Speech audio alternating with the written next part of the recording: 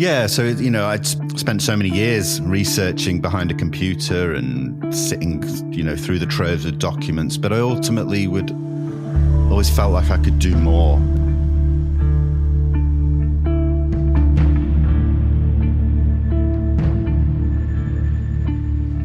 So I was given this opportunity to join a team of researchers getting boots on the ground in Colombia to actually investigate something, related to the phenomena. There's something about being placed in an area where it's steeped in the phenomena. You're surrounded by locals who, to them, this subject, UFOs, extraterrestrials, is a part of everyday life. And to go into that world, coming from England where I live, was life-changing. It was phenomenal. So we were in Colombia to investigate a mysterious light phenomena for a couple of weeks, speak to and interview a lot of the indigenous locals about what had been witnessed over the years. But on this one specific day, I remember I was sat in a car with one of my colleagues. We were driving through this valley in rural Colombia, and I felt something different that day. And I even said to him, something feels different. So we were staying in this house, and it's sort of in the center of this valley surrounded by these two mountain peaks. And this mysterious light phenomena has said to appear on these mountain peaks for years. And so we're in a really good position to kind of observe. So we get back to the house, we pull up, we're kind of sat around talking, chilling out, and I hear, Vinny, a really loud, enthusiastic shout. So I run out the front of the house onto this, it's just like a wooden decking platform on the front of the house, right in front of the mountain. And lo and behold, we look up and there is this strange, large, white, almost like a plasma effect, like orb on the top of this mountain peak. It's huge, it's prominent, it looks kind of alive. I'm absolutely dumbfounded, gobsmacked. I can't really believe what I'm seeing at the time. Like, am I really seeing this? Is it really anomalous? Like, my brain is trying everything in its power to kind of make sense of what I'm seeing. Goosebumps and the hairs raised on my arms. Because this is what we've been out investigating, talking to witnesses and locals about, not expecting to see it for ourselves because we know how elusive it is and it's rare. It lasted for about an hour and a half as well. I don't know if anything changed from that sighting. I think what it did was it made me learn about myself. It made me learn that not knowing what I saw, I didn't jump to a conclusion like, oh, that's definitely this. It's definitely anomalous and it's not from this earth. I surprised myself in my skepticism or my skeptical reaction that I was trying to break it down analytically and scientifically in my own mind, let's say, to make it make sense. And I can tell you now, 2+ years later, I'm still no closer to understanding it, making sense of it. And I think what I've done is I've just come to terms with, look, you've seen something, it was strange, it can't be explained. But ultimately, maybe I don't need the answer. So a lot of the locals would say that the lights represent UFOs, but then when you asked them a little bit more, they would talk about spirits of the ancestors revisiting. And there are some who think these UFOs are coming through a portal on the mountain face. They nickname it the door of the gods, but it's just normal. There's no stigma or any taboo surrounding the conversations that they have. They take it deadly serious, down to the local police. We ask them if they've seen the lights on the mountain. They say, the lights? You mean the UFOs? What is real and what is not? Welcome to Contact Confidential, where we explore the lines between reality and our stories.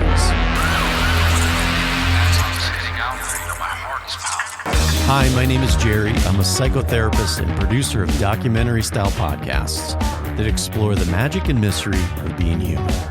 On my show, Dragon's Bread, I explore contact stories, which include stories of believed encounters with UFOs and extraterrestrials. On this show, I talk to past guests as well as influential people about contact, and we explore the lines between where a story starts and reality begins.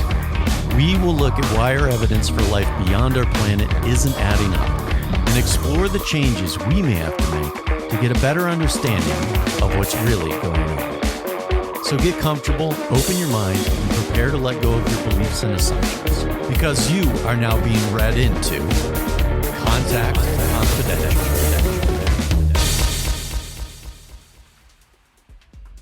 All right, Vinnie Adams, welcome to Contact Confidential. Thank you for having me. It's an absolute pleasure.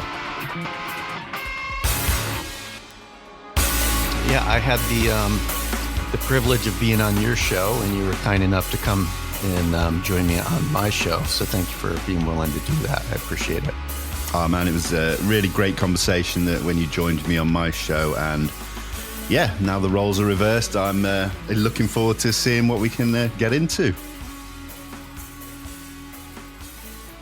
Your show has become kind of a pit stop for many of the leading figures in disclosure. I'm curious about what inspired you to get behind the mic. Whoa, that is a big one. Yeah. It's funny because I always say to people I was never meant to be in front of a camera, behind a microphone. I was always a researcher of this enigmatic UFO subject. But I had a few friends push me and say, you should really give these things a go. And you never know, you might enjoy it. And lo and behold, I was sort of begrudgingly decided to start a show. And literally from day one, I was just go, go, go, and really into it, really enjoying it, very aware that I was an absolute amateur and didn't really know what I was doing. But I figured, I'm having some really interesting conversations around a subject that I'm passionate about. And I just so happen to be putting those conversations out on the internet, and people can take it how they want. And if they get something from it, great. If not, no damage done. And so that's kind of how that sort of kicked off. And here I am over 3 years later now. It's just a huge part of my life, and I love it. Where did you start pulling the thread on these questions? How old were you, and where did that start to show up? Yeah, it's quite a generic story, I think, like a lot of people. I'm in my mid-40s, and I was born at the end of the 70s, and around the end of the 70s, the early 80s, we were inundated with a plethora of really good science fiction movies, and I was just hooked on anything that involves space. I started with the Star Wars and things like that, into E.T. and Close Encounters, and so from a very young age, I was just baffled by this vast space out there and what could be out there. So that really sparked my initial interest. But it wasn't until I was in my sort of 20s where I started looking at a lot of fringe topics, not just UFOs. I was just trying to expand my knowledge and curiosity about the world that we live in and life around us. And so I was just absorbing books and documentaries, and that then led into the UFO subject, where I discovered a lot of countries had released archives of what were classified documents and now unclassified. And I would spend whole nights sat in front of my computer just trying to work through these really, really bizarre documents, thinking in my head that I may be able to find some puzzle piece and put it all together. And, I've got the answer kind of thing, but I couldn't have been more wrong. But what I did realize is that I had a passion for kind of the strange mysteries of the UFO subject and how it is related to the government or the military and things like that. A lot of credible people, not just, people in the back end towns of Texas or something strange like that, seeing these things. And so, I spent a good decade just looking at documents and building up my knowledge of UFO cases as well, not just the big popular ones like Roswell, but, other ones as well.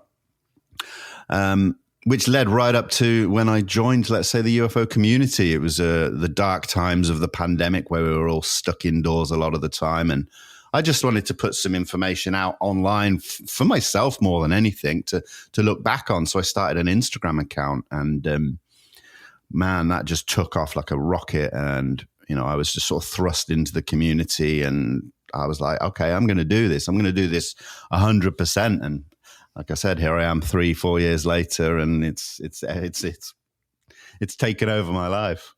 I'm curious about why this question is so powerful for you. as somebody that's done a number of interviews with people that have had experiences, that's particularly the angle that I'm working from, is experiencers and contactees.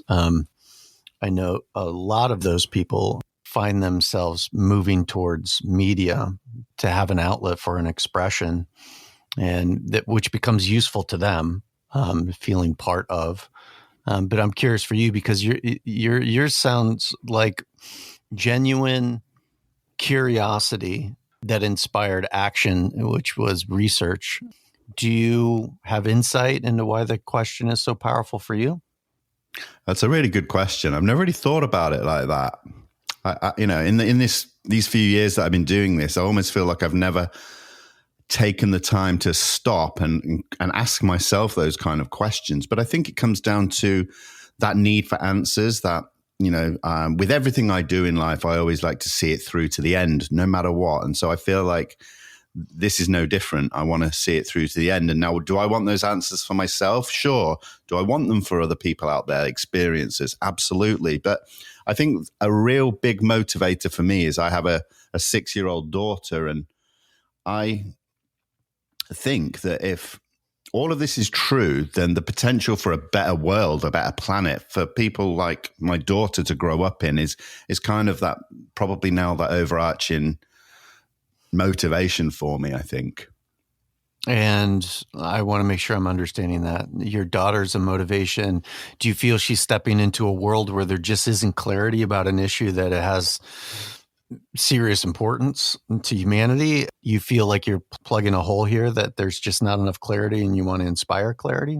Yeah, I'd say so. I mean, look, if we have the potential to create these energy sources for the betterment of humanity, if they exist and we have this technology, then it can be used to really help people in this world. And I think that's a pretty great motivator, I think, for anything, is to bring forward a better epoch, let's say, for potentially just growing as a species, and giving my daughter that opportunity to be in a part of that world.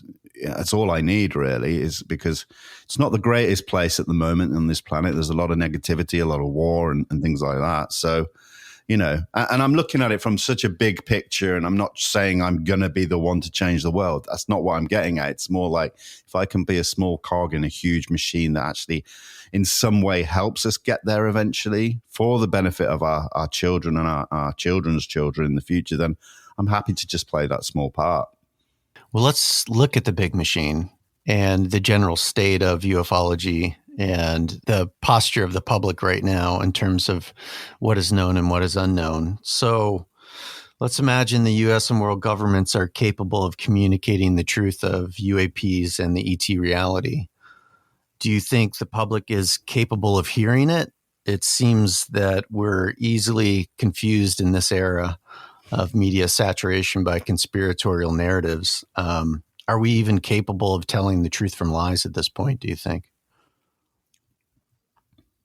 It's a great question. I think it's definitely not an easy position to be put in if this were to all come out, let's say, with an official announcement, let's say, by the government. But I think the human race we're a tough species. We get through things. And I think if we were to sort of wait for the time to be right to get this information out, then I think we'll be waiting forever. I think we just have to get the information out there, vet it, verify it. And once we can conclude that it is indeed legitimate, then we can begin that new journey into creating that new world. And it's by all means not going to be easy, and it's going to take a lot of time. But I think the quicker it happens, the quicker we'll get to that kind of final place to start being better. I mean, it sounds easy when I say it like that, but I think when you break it down, that's how it looks in its rawest form for progression. Yeah, and I think on the other side of just the practicality of introducing the public to information is readiness. And I think we find ourselves in an era where people have such access to information that it's easy to be confused. There's cautiousness and carefulness about whether or not our information sources are trusted. How do we move towards an era of trust, do you think? I'm just looking at what it looks like in terms of the communication process around this issue. We're marching out whistleblowers and former defense intelligence agents and people that have worked for the government for a long period of time. And the public is faced with parsing through information from people that have been connected to the source of the problem. Secrecy in terms of a legacy program has already been confirmed by people like Luis Elizondo. The question of whether or not the public can actually process the information is a whole nother issue, don't you think? Yeah, and it's going to be very different for everyone on an individual level. And I would never say to anyone, just because we may get this new information from the government, that it cancels out all of the lies and the cover-ups maybe that have been going on for decades. So I'm not asking people to just blindly trust the government all of a sudden, but I think with the release of this kind of information, it gives people the chance to then decide for themselves if they want to go off and look into how they can feel more comfortable with that information by doing research, by speaking to people who may be in the know a bit more than them. And I think each individual would have to kind of find their own way of dealing with it. Some will just deal with it instantly, like, yeah, no, I kind of guessed it anyway, carry on. Others might be a little bit more troubled by it. But I think inevitably, I think it needs to happen. Just so we can get over that big first hurdle, Yeah, and it seems like this first era of disclosure is really about subjecting the public to information. And it seems to be that if you look at the meta pattern here, is we're marching out people that have some level of credibility, and that is people that have been associated with the military and the government, despite the contradiction of the government, having withheld information for a long period of time. These are the people that we're relying on. So it's informational. And there's a disparity in the media right now in terms of how much is being communicated to the public in terms of pure information, and how much the mainstream public is hearing from people that have actually had the experiences themselves. How do you make sense of that gap between what the public is being fed, information versus stories from actual experiencers? Why do you think there's so much resistance in the mainstream media to hearing from experiencers? I think to some degree there is a little bit of, we've seen this before.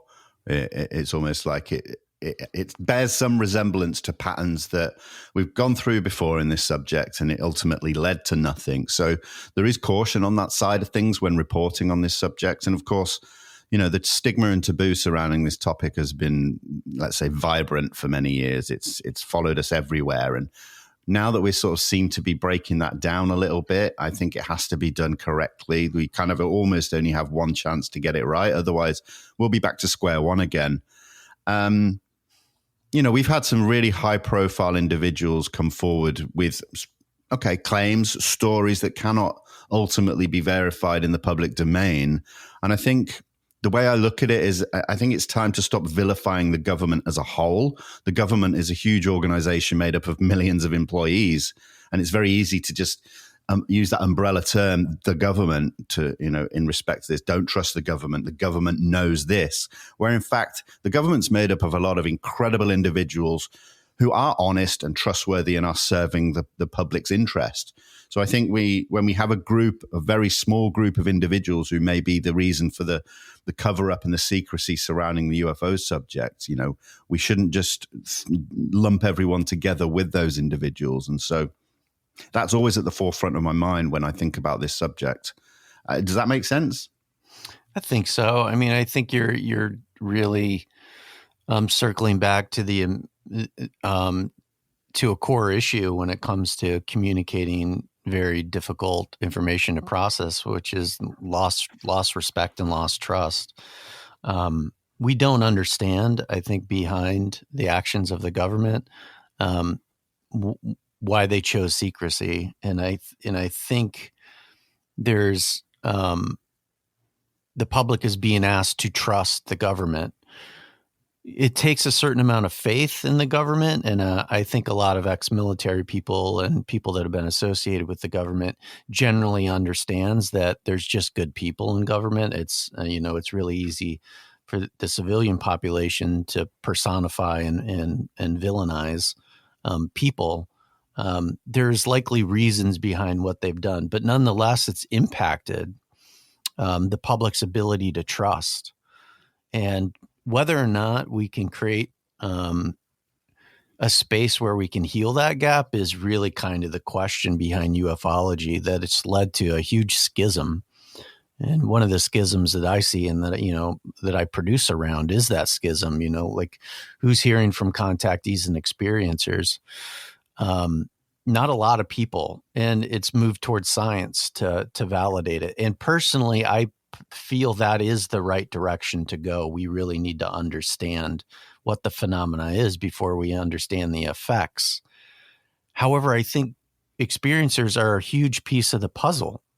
And until we really get a scope of the range of experiencers that come as a result of contact, we can't really put a fine point on what contact is all about. It's not just about the nuts and bolts encounter. It's about what happens to people on the other side of these encounters. And that's something the public is really reluctant to hear about. So I want to speak to that schism a little bit. So we're kind of getting into the weeds of ufology. So what do you make of the disparity in the narratives between people that may have just witnessed versus experienced contact?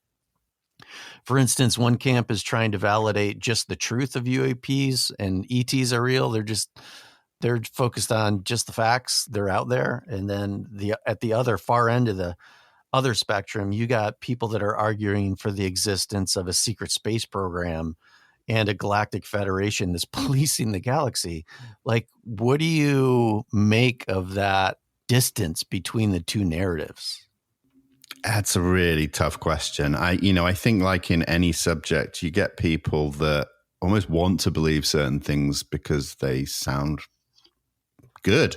They sound interesting. I mean, I'd love there to be a galactic federation out there with a secret space program policing the galaxy. I think it's the stuff of sci-fi movies. But when it comes down to it, at the end of the day, I think it's the evidence. That's what we need. That's what we thrive on. That's how we're able to kind of move any subject forward. And so it's difficult because you obviously have individuals who claim to have been part of these programs, whether it be secret space programs out there on Mars, giving testimony. And we also have experiencers on the other end giving their testimony. So who do we believe? Who do we take seriously? And I think that in itself has been one of the core issues for many years with this subject. But these voices need to be heard. And, it was never going to be easy just to take something at face value. But testimony is, I think, one of the most important pieces of evidence that you can get. And it's how you then take that testimony and evidence and kind of work with it, add more evidence to it, go and search for more things that can corroborate. And again, it's probably one of the most difficult things in the subject is to kind of gather multiple data points of evidence because it's lacking. There's just not much out there. But, at the moment, the experiencer needs to have their voice heard. I think the focus has been shifted away from them for too long now, and they've been pushed to the back, and that's not a good thing. You're speaking to the schism, and the schism says until we can validate and have proof, we need to exercise a certain amount of skepticism about the stories that experiencers are bringing. So the question is, what do we do with those stories? So now the experiencer narrative is being expanded upon a little bit more. You get people like Gary Nolan that are coming forward and acknowledging past experiences and childhood experiences. You got whistleblowers like Jason Sands, who's being featured in James Fox's new documentary that's coming up, that in his initial Twitter spaces, he was acknowledging that he was part of a secret space program, which everybody was kind of like, what the fuck? What do you do with something like that? Do you just immediately disqualify him? How do you file those alternative narratives that are coming out along with genuine contact experiences. Is this a psychological phenomena? Is that the way that we get around this? Or is this an aberration, a reflection of some sort of personality disorder? But the question is, like, what do you do with that stuff? Is it harming ufology? It can do, certainly, but I think every voice needs to be heard. There is, the way I think of it and the way I come at it personally is I'm not one to judge. That's not my place to do that. It's not my place to believe either, but it's my place to be respectful. And if I speak to an experiencer and, you know, they maybe come across convincing and that they're convinced that this thing happens, I have to respect that. I believe that they experienced what they experienced. And, you know, with a lot of things like this, I have this big invisible proverbial table in front of me, and I kind of leave things on it until they can be taken off 100%, whether proven 100% or, you know, I can prove that they're not true 100%. But until that happens, I leave everything on the table. I have my invisible system of, well, this is more plausible than this. And so, you know, my table has some organizational structure to it, but it's all kind of in my mind. And so I learned that just because you might not like the sound of something, or it sounds too far out there, or it goes against something I may believe in another area, that I can't just throw it away or ignore it because it doesn't fit in a certain little comfortable narrative that I've kind of built up for myself around this subject. And so I'm still learning on how to deal with a lot of this information and a lot of these witnesses and testimony and things. But I think as long as I do it in a respectful way, that I think I'll come through it and find more ways to deal with it and understand what to do with some of this information. I think that's that's a solid approach, and there still exists the problem within ufology of like how we make sense of what is happening around this subject. And I think at the core of it is, you know, you usually hear with people that are on the other end of that experiencer schism where they move into, like, let's just say an alternative narrative, like the whole cosmology of the star seeds and things like that, that you have to find a way to qualify it, what is happening with the people. And the question is still as how much of what we're seeing in terms of what their perspective is on the other side of contact experiences, how much of that is an effect of the actual contact experience itself. So we have a genuine mystery there. And I think, you know, finding a way to create space for those narratives is important because there's obviously something to learn there. We need more science, clearly, to understand what the effects are, but this seems to be an effect. Right? How a person's psychology is influences and impacted.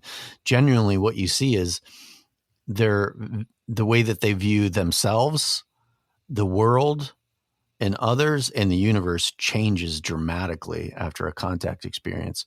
Right now, we're not dealing with it. We're relegating them to the fringes of, you know, of YouTube and podcasts. And I think that's just another element of this whole very confusing topic that we're going to have to figure out how to grasp. We need more psychologists involved in this, I think. Yeah, I fully agree on that. I think, we have to, science is valuable, and that science of the broad spectrum of science, I think that will really help this subject. We've been crying out for it for so long, and I think it's starting to happen. So it's exciting times. Yeah, we need greater minds and greater methods.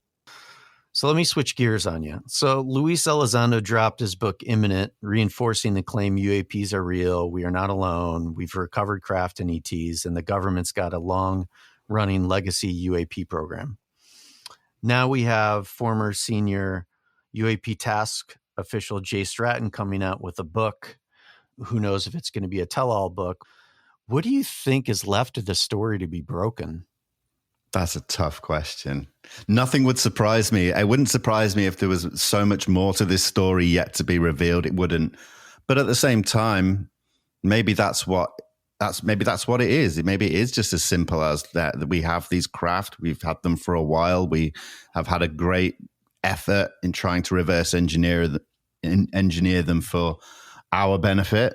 Now, whether that is a benefit for the military and weaponizing this technology to kind of get a one-up and on other adversarial things, I don't know. Man, I don't know. This subject always surprises me. You know, you think that you've got the base story and you're working it and trying to piece it together, but then more information will come out of left field and throw a curveball, and you just, it's forever evolving, this subject. And so I don't know. I take each day as it comes. I take each interview and each conversation I have as it comes, and I just hope that I can piece all of it into something that to me makes sense and that it feels like we're heading in the right direction. But it's a minefield. And so I don't really know how to answer that question without kind of sounding vague. Well, I opened the door for you to really expand upon what you would hope to hear. And I think that's a good, honest answer. I'm not sure. I think, we've had a couple of whistleblowers coming forward, and I think what I would hope is that it does have a snowball effect and a knock-on effect where we will get more and more people who have been involved in these legacy programs coming forward. That's the ultimate goal, is just to add more credible witnesses to then eventually, hopefully, get some credible data or evidence. Finally, that would be the kind of timeline that I would like. But of course, I think that's just naive to think that it would be that smooth. What more data are we really seeking? I mean, Luis Elizondo came out, and as far as what what the public could ask for in terms of an official with the purview and oversight to actually know what was going on, he came out and said all the things. We have a legacy UFO program. What's more left? Do you think the public is simply in a position where they're waiting for the UFO to land on the White House lawn and shake hands with the president? Well, I think, in the last couple of years with people like David Grush, the kind of the number one whistleblower that everyone talks about, I think what people would like to see is that if what he says is true and we've got the craft and the bodies, let's see these craft and bodies. Let's see evidence of them in a document. All we've had to go on for the last 7 years are the three kind of gun camera videos, the FLIR one, the Go Fast, and the Gimbal.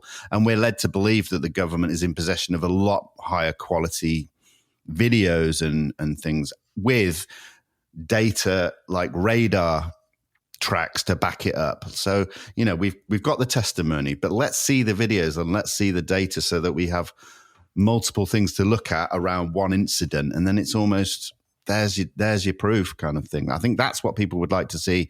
And of course, landing on the White House lawn would be great. It would be great, wouldn't it?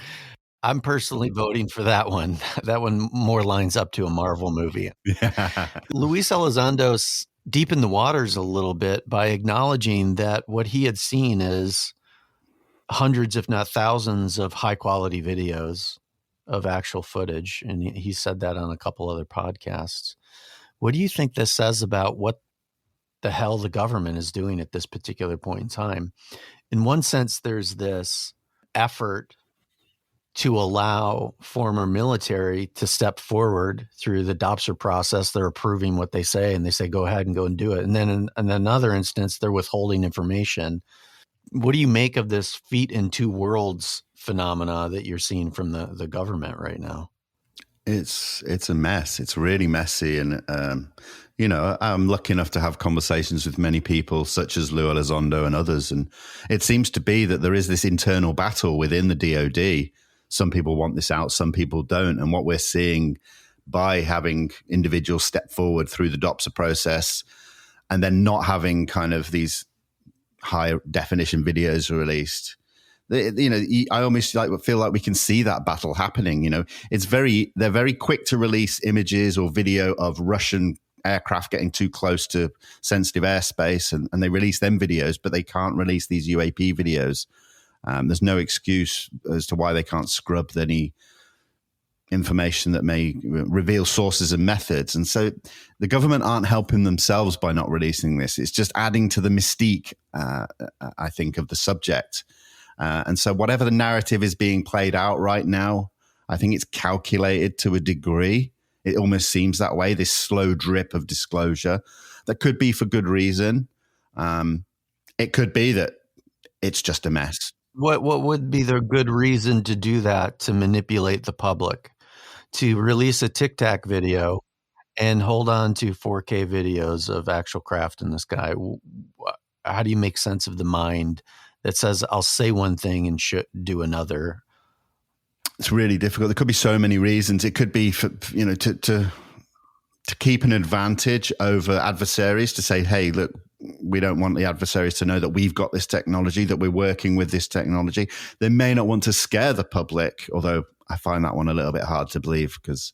Too late. Yeah. They already did that. Exactly. Anybody who's paying attention that has the space to be afraid right now, anybody who's paying attention. I think it's an amalgamation of all these things collectively. A little, it could affect one person in a certain way, and the government have just got a hold on it. But I think that they're losing their grip on it, to be honest. So almost now, I think some of the things that we see are just a last grasp effort to hold on to this core secret.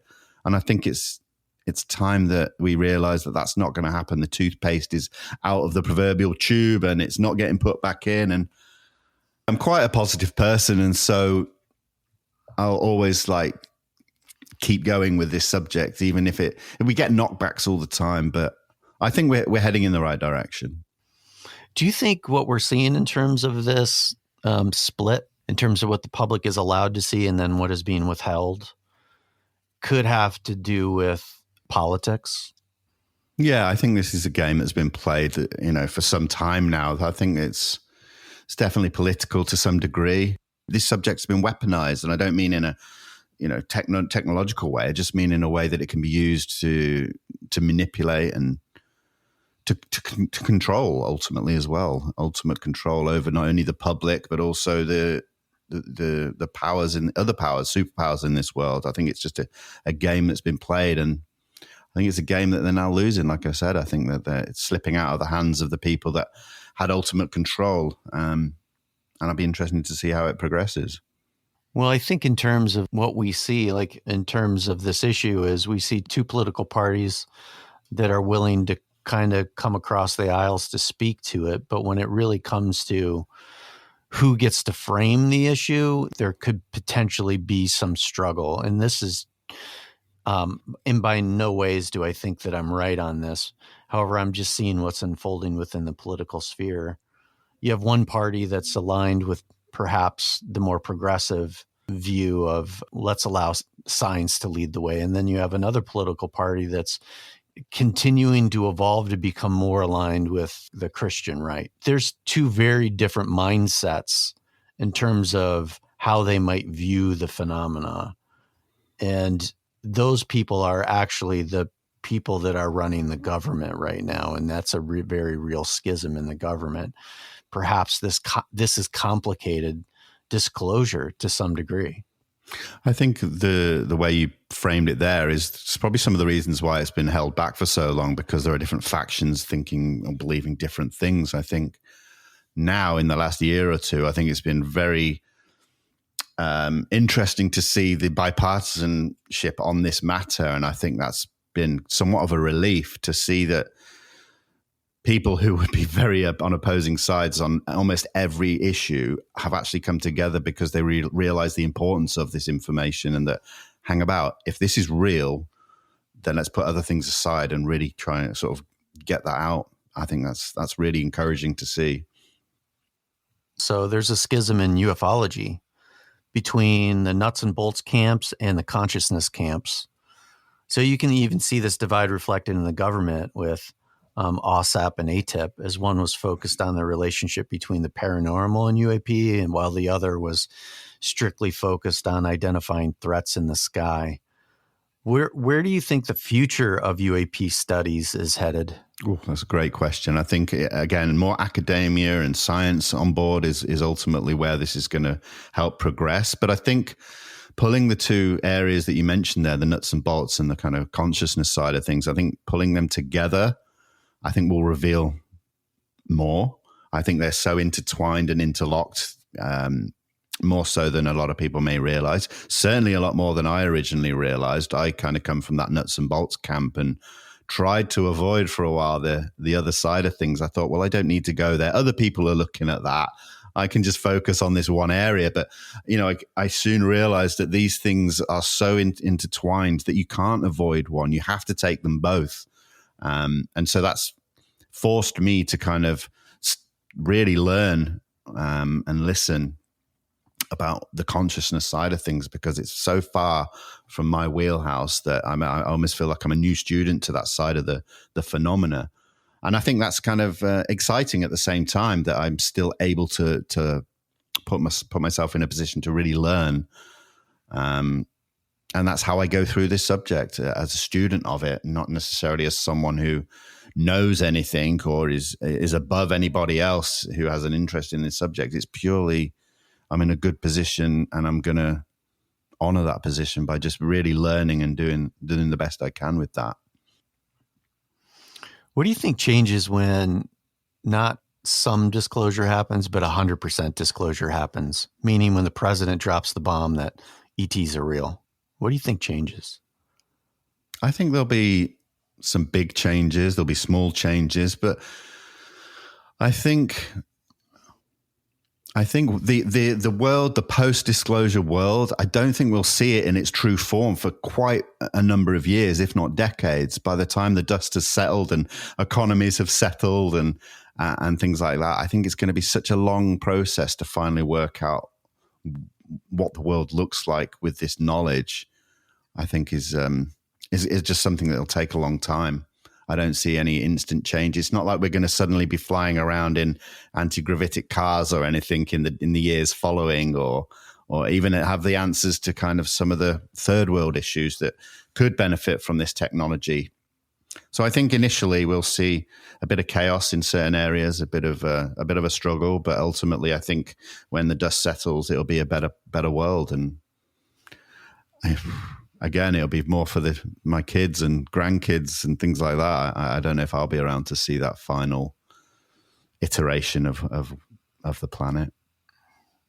Where's the tension in disclosure? Where do you think society is going to struggle? I think there'll be people who'll hear the news and just poo-poo it and just be like, yeah, doesn't surprise me. And then they go on to work that day like nothing happened. But I think there'll be certain areas of society where it'll be life-changing. Their whole worldview will be flipped upside down on its head, and some people are going to struggle. And I think we need to be prepared for that as well. I think having structures in place where disclosure happens, and then suddenly we need to be able to reassure people and walk them through the process afterwards. In an ideal world, that would be the way. It's hard to say. I think there'll just be pockets of communities around the world who struggle and others who don't. It's so hard to predict and speculate on things like that on such a big scale. Mm-hmm.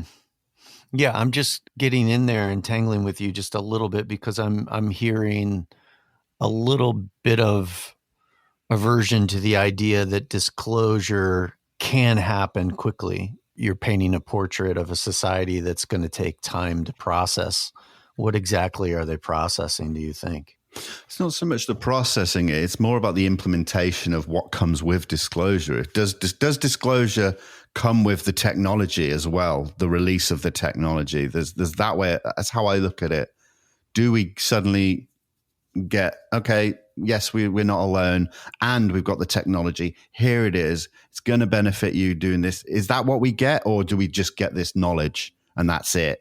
You see, there's so many ways to look at it. And so I that's what I struggle with. Well, that's not even speaking to the ET portion. What if an ET steps out? There you go. Again, another option. What does that change? Yeah. I think that'll be really difficult for a lot of people, and probably myself included. It's tough. I try not to think about how other people will react because I don't know, but I know how I'll react. I'd be quite unnerved to see an extraterrestrial, whether it's presented alongside an official, government individual. Hey, this is so and so from so and so place. I'd be nervous. I'd be scared. I'd be like, we've all seen so many movies where extraterrestrials are not good. And I think that will seep through into reality that, well, we've been made to believe that they're not necessarily always good. So could this just be a smokescreen for something to come in the future? And I think that'll be quite a prominent thought process from a lot of people. Vinnie Adams, thank you for sharing your time today on Contact Confidential. I appreciate you being here. Thank you, Jerry. It's been great. Big thanks to Vinnie Adams for being on the show today. You can keep up with Vinnie at his YouTube page at Real Disclosure Team, and you can search his Instagram page at disclosure_team. If you'd like to stay up to date on upcoming guests, I'd suggest heading on over to the Patreon page at patreon.com/2yards. All right, thanks again for listening. Stay true in the meantime, and I'll catch you on the next episode of Dragon's Bread or Contact Confidential.